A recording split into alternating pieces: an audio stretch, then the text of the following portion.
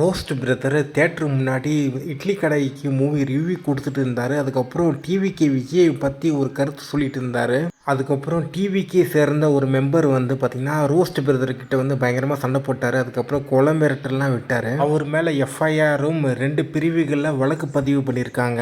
Roast brother TVK மெம்பர்கிட்ட ஒரு கேள்வி ஒன்று கேட்டார். அதற்கு அவர்கிட்ட இருந்து எந்த ஒரு பதிலும் வரல. அது என்னன்னா, விஜய் ஏன் லேட்டாக வந்தார்? இந்த கேள்வி வந்து விஜய் வந்து மக்கள்கிட்டும் பதில் சொல்லணும், அட்லீஸ்ட் கோர்ட்டுக்கிட்டையாவது பதில் சொல்லி அவரே வாண்டடாக உள்ளே வராரு. அவர்கிட்ட ஒரு கேள்வி ஒன்று கேட்டால் அதுக்கு பதில் சொல்லாமல் ஓய் எங்கள் ஏரியாக்கப்பா நான் எவ்வளோ பெரிய ஆள் தெரியுமா மதுரையில் அப்படின்ட்டு புலம்பிட்டு இருக்கேன் இந்த கிறுக்கு புண்டை. அதே மாதிரி இந்த ரோஸ்ட் பிரதரை வந்து பார்த்திங்கன்னா இந்த தியேட்டர் முன்னாடி அரசியல் பேசுகிறது வந்து அந்த அளவுக்கு இப்போதைக்கு சரியாக படலை எனக்கு தோணுது. இந்த மாதிரி பேசுகிறதுனால இந்த 6 மாதத்தில் ஃபுல்லாக சண்டை தான் வரும் போல். அதுக்கப்புறம் இன்னொரு விஷயம் ஆட் பண்ணிடுறேன். அந்த டிவிக்கு மெம்பரை பார்க்கும்போதே பாவமாக தான் இருக்குது. ஏன்னா விஜய், ஆதவ அர்ஜுனா, அதுக்கப்புறம் புசி ஆனந்தன் இவங்களை தவிர்த்து வேறு யாருக்குமே லீகல் டீம் இல்லை. அந்த கரூரில் ஒரு செயலாளரை அரெஸ்ட் பண்ணாங்களே, அவருடைய ஒய்ஃப் வந்து பார்த்திங்கன்னா கோர்ட்டில் வந்து அழுதுட்டு போகுது.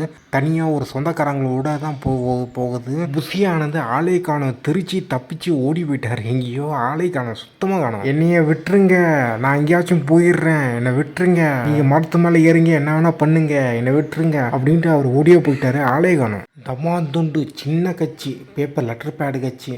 அதில் கூட பார்த்திங்கன்னா ஒவ்வொரு ஊர்லேயும் பார்த்திங்கன்னா அட்வொகேட்ஸு, லீகல் டீம்லாம் வச்சுருப்பாங்க. ஆனால் தாவிக்கையில் அந்த மாதிரி எதுவுமே இல்லை. இப்போது இந்த டிவிகே மெம்பர் வந்து அரெஸ்ட் பண்ணியிருக்காங்களே, இவரை வந்து யார் வெளியில் கொண்டு வருவா? டிவிகே வந்து ஆதவ அர்ஜுனாவா இல்லை புசி ஆனந்தா?